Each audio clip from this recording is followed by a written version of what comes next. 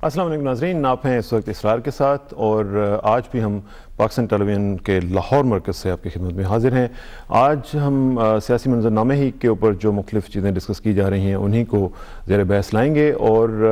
ہمارے ساتھ خاصا رچ پینل موجود ہوگا۔ فون پہ بھی ہم کچھ لوگوں سے باتیں کریں گے اور دیکھیں گے کہ آج کی کیا ڈیولپمنٹس ہیں اور ان کا امپیکٹ کیا ہونے جا رہا ہے۔ سب سے پہلے میرے ساتھ موجود ہیں چودھری عبدالغفور صاحب، جو کہ سابق وفاقی وزیر قانون رہے ہیں اور آج کل MNA ہیں اور آپ کا تعلق پاکستان پیپلز پارٹی سے ہے۔ چودھری صاحب، thank you very much for coming. ان کے ساتھ تشریف رکھتے ہیں احسان وائن صاحب، مرکزی سیکرٹری جنرل ہیں ANP کے۔ وائن صاحب، آپ کا بھی بہت شکریہ تشریف لائے آپ۔ ان کے ساتھ تشریف رکھتے ہیں امیر العظیم صاحب، جانا پہچانا نام اور چہرہ، اور سیکرٹری اطلاعات ہیں، مرکزی سیکرٹری اطلاعات ہیں جماعت اسلامی پاکستان کے۔ عظیم صاحب، آپ کا بھی بہت شکریہ، thank you very much for coming. ناظرین، ہم کوشش کریں گے کہ ہمارا رابطہ ہو احسن اقبال صاحب کے ساتھ، جنہوں نے آج ایک پریس کانفرنس کی اور اس میں انہوں نے کچھ الزامات بھی لگائے ہیں پاکستان مسلم لیگ کاف کی قیادت کے اوپر، اور ہم ساتھ ساتھ کوشش کریں گے کہ ان کا ریئیکشن بھی لیا جائے،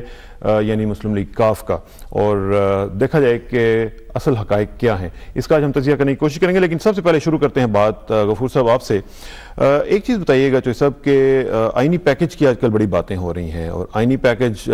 ابھی تک بلی مکمل طور پر جو ہے وہ تھیلے سے باہر نہیں نکلی ہے، لیکن چند نکات جو ہیں وہ سامنے آ چکے ہیں، جس میں سب سے بنیادی جو نقطہ ہے ایک تو یہ ہے کہ 58(2)B کا خاتمہ کیا جائے گا، پھر یہ ہے کہ صدر اور وزیر اعظم کے اختیارات میں جو توازن ہے وہ قائم کرنے کی کوشش کی جائے گی۔ اگرچہ اس پہ ابھی تک وزیر اعظم کی طرف سے بیان آ چکا ہوا ہے کہ ہم صدر صاحب کا بڑا احترام کرتے ہیں اور بڑے ہی وہ قابل احترام ہیں، لیکن ایوان صدر سے مکمل طور پر اس کو بھی ریجیکٹ نہیں کیا گیا ہے۔ تو آپ کیا فورسی کر رہے ہیں کہ جو آئینی پیکج ہوگا یہ تمام افریقین کے لیے قابل قبول ہوگا؟ شکریہ کسان صاحب، میں تو چند باتیں عرض کروں گا کہ ابتدائی طور پر 1973 کا جو قانون ہے یہ پارلیمانی جمہوریت کا قانون ہے، اور اس میں کچھ آمرانہ غیر نمائندہ حکومتیں جب آتی رہیں تو انہوں نے اپنی تخریب کاری کے ذریعے اس میں اپنی مرضی سے امینڈمنٹس کرتے رہے، تو اس کا حلیہ بگاڑ کر رکھ دیا گیا ہے، خاص طور پر 17th امینڈمنٹ میں۔ اور اس کے بعد جو 3 دسمبر والی جو سچویشن پیدا ہوئی، تو اس کے بعد ضرورت تو بہت محسوس ہو رہی تھی کہ اس دستور کو اپنی اصلی شکل میں واپس لایا جائے، تاکہ صدر میں اور وزیر اعظم میں جو اختیارات کا توازن ہے دوبارہ پارلیمانی امور کی جو سیاست ہے، جو ہم فیڈریشن ہے 4 یونٹس پر مشتمل، اور اس پر واپس لایا جائے۔ اس لیے جو اس وقت پیکج سامنے آیا ہے، جس طرح کہ زرداری صاحب نے، جو ہمارے کو چیئرمین ہیں پارٹی کے اور اس وقت پارٹی کو وہی رن کر رہے ہیں، انہوں نے بھی خود فرمایا ہے کہ انہوں نے بہت کوشش کی کہ، اور اب تک کوشش کر رہے ہیں وہ، کہ تمام جماعتوں کو ساتھ لے کر بغیر کسی ہیڈ آن کولیجن کے یہ معاملات جو ہیں پاکستان کے وہ سلجھ سکیں، اور پاکستان جو ایک مسائلستان کی سرزمین خاص طور پر پچھلے 7-8 سال سے بن چکا ہے، اور اس کو درست حالت میں لایا جائے۔ لیکن جو اب جو صورتحال سامنے آ رہی ہے، سب جماعتیں اس پر تقریباً ماسوائے ایک آدھ جماعت کے جو کہ صدر صاحب کی سابقہ دور میں طفیلی جماعت کے طور پر کام کرتی رہی ہے، ان کے علاوہ ساری جماعتیں اس بات پر متفق ہو رہی ہیں کہ اس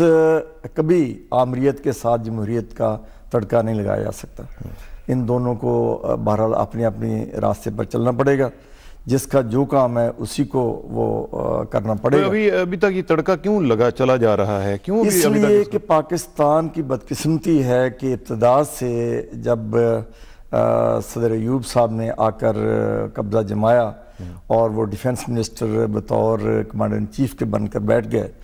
اس وقت سے اتنا عمل دخل فورسز کا اس میں اسٹیبلشمنٹ کا چلا آ رہا ہے کہ اب وہ انہوں نے بہت ہی زیادہ پینیٹریٹ کر لیا ہے۔ تو آپ خوف زدہ ہیں ان کے؟ نہیں، خوف زدہ کی بات میں آپ کو بتاؤں، الیکٹڈ گورنمنٹ ہے، میجورٹی ہے آپ کے پاس، آپ کو لوگوں نے مینڈیٹ دے کے بھیجا ہے چودھری صاحب، اور اس مینڈیٹ کی یہ آپ کی اس کا کچھ تقاضا ہے۔ اس لیے میں آپ کو بتاؤں کہ 18 فروری کا مینڈیٹ جو ہے اس کو آنر کرتے ہوئے زرداری صاحب نے جب سابقہ جو ابھی بیان دیا ہے، یہ لوگوں کی دل کی دھڑکن اور دل کی آواز ہے، اور لوگ سمجھتے ہیں کہ کون سے بیان کی بات کر رہے ہیں؟ یہ جو ابھی جو انہوں نے بیان دیا ہے کہ صدر صاحب کے حوالے سے، صدر صاحب کے حوالے سے جو دیا ہے کہ سب سے اولین جو فرصت میں اور سب سے پرائرٹی کی بنیاد پر جو جس کو ترجیح دینی چاہیے وہ ہے کہ صدر صاحب کو اب راستہ صاف کر دینا چاہیے، چھوڑ دینا چاہیے، چونکہ صدر صاحب کی موجودگی میں اور ان کی ان تفعیلی جماعتوں کی موجودگی میں جب تک وہ یہاں ایوان صدارت میں موجود ہیں جمہوریت اس ملک میں نہیں چل سکتی، اور لوگوں کی دل کی آواز یہ ہے کہ روٹی کپڑے مکان سے بھی اولین جو ترجیح ہے وہ صدر صاحب کا جانا ٹھہرتا ہے۔ یعنی اولین ترجیح جو ہے وہ ابھی تک موجود ہے اور ابھی تک اس کے ساتھ آپ کیٹر بھی کر رہے ہیں اور انٹریکٹ بھی کر رہے ہیں۔ This is also fact of life. نہیں، فیکٹ آف لائف یہ ہے کہ ریالٹیز آف گراؤنڈ ریالٹیز جس کو بولتے ہیں، جب تک حقائق سامنے موجود ہیں، جب تو وہ صدر کی کرسی پر جانشین ہے، اس وقت تک بہرحال ملک کے افیئرز کو رن تو ہمارے ہاں ویسے والنٹیرلی بڑے کم لوگ جاتے ہیں، جیسا اسے آپ اگری کریں گے۔ میں وائن صاحب کو بیچ میں لاؤں گا۔ وائن صاحب، آپ کا کیا خیال ہے کہ یہ جو آئینی پیکج ہے اس میں صدر صاحب کے اختیارات کو واپس لینے کی بات کی جا رہی ہے؟ ہمارے ہاں جو پولیٹیکل کلچر رہا ہے اور ابھی بھی ہے، اس میں اختیارات جب آپ ایک دفعہ لے لیتے ہیں تو پھر واپس دیتے ہوئے خاصی تکلیف محسوس ہوتی ہے، کوئی والنٹیرلی اپنے اختیارات سرنڈر نہیں کرتا۔ Do you agree with it? میں مشکور ہوں آپ کا کہ اس اہم مسئلے پر مجھے آپ نے موقع دیا۔ یہ مرض کرتا چلوں کہ یہ جب پاکستان وجود میں آیا تو 15 سال تو بیوروکریسی نے رول کیا۔ 1935 کا ایکٹ تھا تو بیوروکریسی رول کرتی رہی۔ پھر 1958 میں ایوب خان، جنرل ایوب خان نے مارشل لا لگایا۔ وہ میں مختصر کرتے ہوئے کہ وہ 10 سال کے بعد تحریکیں چلتی رہیں، لوگ یہ بات ایک بڑی پازیٹیو ہے اس ملک میں کہ یہاں کے لوگوں نے کمپرومائز نہیں کیا، یہاں کے پولیٹیکل ورکرز نے، یہاں کی پبلک نے، یہاں کے عوام نے، یہ وفاقی پارلیمانی جمہوریت کے لیے لڑتے رہے، باوجود کہ یہاں جو بھی حکمران آیا اس کی خواہش یہی رہی کہ کسی طرح صدارتی آئین جو ہے بنا کے اور میں اس ملک کا مکمل اتھارٹی کے ساتھ صدر بنوں۔ 1973 کا آئین بھی آپ دیکھیں کہ یہ کوشش تھی کہ کسی طرح صدارتی آئین کی شکل اختیار کرے، اور بدنصیبی سے 1973 کا آئین ایک متفقہ آئین تھا اور چاروں صوبوں نے بلوچستان کے معاملات خیر بخش مری نے دستخط نہیں کیے تھے۔ ایون دین بزنجو صاحب، خان عبدالولی خان نے اپنا رول پلے کیا، بھٹو صاحب نے بڑی کوشش کی، 1973 کا آئین بن گیا۔ اس ملک کو جو کہ بے آئین تھا ایک آئین بنایا میں مل گیا 1973 کا۔ 1973 کا آئین بنتے ہی پھر وہی ہوا، ایمرجنسی نافذ ہو گئی، امینڈمنٹس شروع ہو گئیں، اور وہ 1973 کے آئین میں جو آرٹیکل 6 شامل کیا بھٹو صاحب نے کہ جی یہ اب آئندہ کوئی مارشل لا لگی، جس نے لگائی، جس نے پولیٹیکل گورنمنٹ کو ہٹا کے اور پولیٹیکل پاور کیپچر کی، وہ ہائی ٹریزن کا مرتکب ہوگا۔ آج تک اس پہ عمل تو نہیں ہوا نا، عمل نہیں، آج تک اس پہ عمل نہیں ہوا۔ وائن صاحب، مسئلہ یہ ہے کہ مجھے یہ بتائیے گا کہ کیا یہ ممکن ہے اس پولیٹیکل سینیریو میں اس وقت کہ آپ دیکھ رہے ہیں کہ صدر صاحب کے اختیارات جو ہیں 58(2)B ہے، سروسز چیف کی اپوائنٹمنٹ ہے، الیکشن کمشنر کا سارا سلسلہ ہے، یہ ساری چیزیں کیا وہ دینے کے لیے تیار ہو جائیں گے؟ میں وہی عرض کر رہا تھا کہ اب چونکہ یہ آئین جنرل پرویز مشرف صاحب کے اقتدار میں آنے کے بعد، جنہوں نے 2/3 میجورٹی والے پرائم منسٹر کو نکالا اور خود آ گئے، اس کے بعد پھر یہ آئین جنرل مشرف کے دور میں یہ کوئی پارلیمانی نہیں رہا، یہ اس میں امینڈمنٹ ہوئی۔ اب تو نہ صدارتی ہے نہ پارلیمانی ہے، یہ تو ایک مرغوبہ سا بن گیا کہ یہ پیکج جو ہے، یہ میں وعدے کروں کہ ANP اس پیکج کے ساتھ ہے، اس لیے کہ ہم سمجھتے ہیں کہ وفاقی پارلیمانی جمہوریت اس ملک کو اکٹھا رکھ سکتی ہے، اور اس ملک کے بنانے والے کی تقاریر سے بھی یہی تھا، قائد اعظم محمد علی جناح ٹھیک ہے. اس میں یہ جو آپ نے آؤٹ رائٹلی اس کو ایکسیپٹ کر لیا ہے یہ آپ نے بتا دیا, لیکن اصل بات امیر العظیم صاحب سے میں آپ سے ذرا پوچھوں گا, کیا یہ ممکن ہے, یہ میں پریکٹیکل بات کر رہا ہوں, انہوں نے اس کو ایگری کر لیا ہے, انہوں نے پریزنٹ کر دیا ہے, ابھی باقی پارٹیز کے پاس بھی آئے گا, آپ کے پاس بھی آئے گا, ظاہر آپ بھی پڑھیں گے اس کو, پریکٹیکلی پاسبل ہے کیا؟ یہ مجھے ذرا آپ بتائیں کہ آپ کی پولیٹیکل ایکیومن کیا کہتی ہے کہ کیا صدر صاحب والنٹیرلی سرنڈر کریں گے ان چیزوں کو؟ نہیں, میرا خیال ہے کوئی امکان نہیں ہے. اور اب تو نظر آ رہا ہے کہ دراصل پیچھے امریکی ہیں اور وہ یہ چاہتے ہیں کہ کسی طرح سے پاکستانی قوم جو ہے وہ اس ڈیبیٹ میں الجھی جائے, کیا ہونا ہے, کب ہونا ہے, کیوں ہونا ہے, پہلے کیا ہوگا, بعد میں کیا ہوگا, اور پہلے آپ اور گاڑی جو ہے وہ آگے نکل پڑے اور دسمبر یہ سال جو ہے وہ پورا ہو جائے. نومبر میں وہاں نئے الیکشن ہیں اور اس کے بعد کیا نئی انتظامیہ بنتی ہے اور کس طرح سے جو ہے وہ پاکستان اور افغانستان اور عراق اور ایران کے بارے میں ان کی حکمت عملی طے پاتی ہے, پرائورٹیز کیا بنتی ہیں, تو یہ اس وقت تک کے لیے یہ ایک بحث جاری رکھنا چاہتے ہیں. دوسری بات اسرار صاحب یہ ہے کہ قوم کو تو انتظار تھا قرارداد کا اور ایک ایگزیکٹو آرڈر کا جس کا انہوں نے خود وعدہ کیا تھا, اس کو اس شارٹ کٹ کو چھوڑتے ہوئے ایک آئین کی بھول بھلائیوں میں لے گئے ہیں. دیکھیے ایک جگہ اگر کوئی عمارت گر جائے تو سب سے پہلے ریسکیو کیا جاتا ہے. نہیں, لیکن بھول بھلائیوں کی آپ نے بات کی ہے عظیم صاحب, سب سے بڑا مطالبہ لوگوں کا یہ تھا کہ پارلیمنٹ کی بالادستی ہو. جی, اب جب کہ پارلیمنٹ میں ایک چیز لائی جا رہی ہے تو پھر آپ کو اس کے اوپر اعتراض کیوں ہے؟ جی, اس لیے کہ یہ پارلیمنٹ کی بالادستی کا راستہ نہیں ہے, یہ مشرف کے 3 نومبر کے اقدامات کو تسلیم کر لینے والی بات ہے کہ جی ہم تو کچھ نہیں کر سکتے, جبکہ رائے عامہ قانونی جتنے بھی مبصرین ہیں اور ماہرین ہیں ان کی یہ رائے آ چکی ہے کہ آپ ایک قرارداد اور ایک ایگزیکٹو آرڈر, ایون کہ صرف ایک ایگزیکٹو آرڈر بھی کافی ہے عدلیہ کی بحالی کے لیے. میں اپنی بات یہ عرض کر رہا تھا کہ عمارت گر جائے سب سے پہلے لوگوں کو ریسکیو کیا جاتا ہے. آپ کو 73 کے آئین کی فکر شروع ہو گئی ہے. 73 کے آئین نے جس عدلیہ کو بگاڑ کر رکھ دیا ہے, اور صرف بگاڑ کر نہیں رکھ دیا, برباد کر کے رکھ دیا ہے, آپ کو اس عدلیہ کی فکر کیوں نہیں ہے؟ سب سے پہلے اس کو آپ ریسکیو کریں, پھر آپ کا کام آسان ہو جائے گا, عوام آپ کے پشت پناہی کریں گے, یہ عدلیہ نگرانی کرے گی اور کسی آدمی کو ضرورت نہیں ہو سکے گی کہ وہ غلط کام کر دے, ہر چیز پھر عدلیہ کے پاس جائے گی. اور اگر کوئی اسمبلی پر وار کرتا ہے, کوئی اور کام کرتا ہے تو سپریم کورٹ اس کی نگہبانی کرے گی. اگر انہوں نے ودن مطلب اگلے 2-3 ہفتوں کے اندر اندر عدلیہ کی بحالی کے لیے نتیجہ خیز اقدامات نہ کیے تو میں سمجھتا ہوں کہ یہ اپنے صاف طور پہ زرداری صاحب نے واضح طور پر کہا ہے کہ انکلوڈنگ چیف جسٹس جناب افتخار محمد چودھری صاحب, ہم ان کو بحال کریں گے اور سب کچھ ہوگا, کوئی -1 نہیں ہو رہا ہے, بلکہ اطلاعات کے مطابق 5 سال کی بھی ان کی بات ہو گئی ہے. مسئلہ یہ ہے کہ انہوں نے ٹریک چینج کر لیا ہے الیکشن سے پہلے. اگر پورا ہو جائے تو ٹریک چینج ہونے میں بھی کوئی حرج تو نہیں ہے؟ نہیں, حرج یہ ہے کہ اگر آپ جو ہیں وہ بادامی باغ جانا چاہتے ہیں اور آپ جو ہے وہ وایا بھٹنڈا جو ہے وہ اس کے لیے راستہ اختیار کر لیں گے تو یہ آپ نہیں جانا تو بادامی باغ ہے نا, لیکن یہ وہاں پہنچنا ہو جائے گا نا. میرا خیال 1-2 دن اگر لیٹ بھی ہو جائے, میں اس پہ ذرا مزید بات کروں گا, لیکن بریک کا وقت آن پہنچا ہے. بریک کے بعد آئیں گے تو عظیم صاحب نے جو کویسچن اٹھائے ہیں چودھری غفور صاحب سے ان کا ذرا رسپانس لینے کی کوشش کروں گا. جو صاحب آپ ذرا تیار رہیے گا, واپس آتے ہیں, please sit tight, will be right back.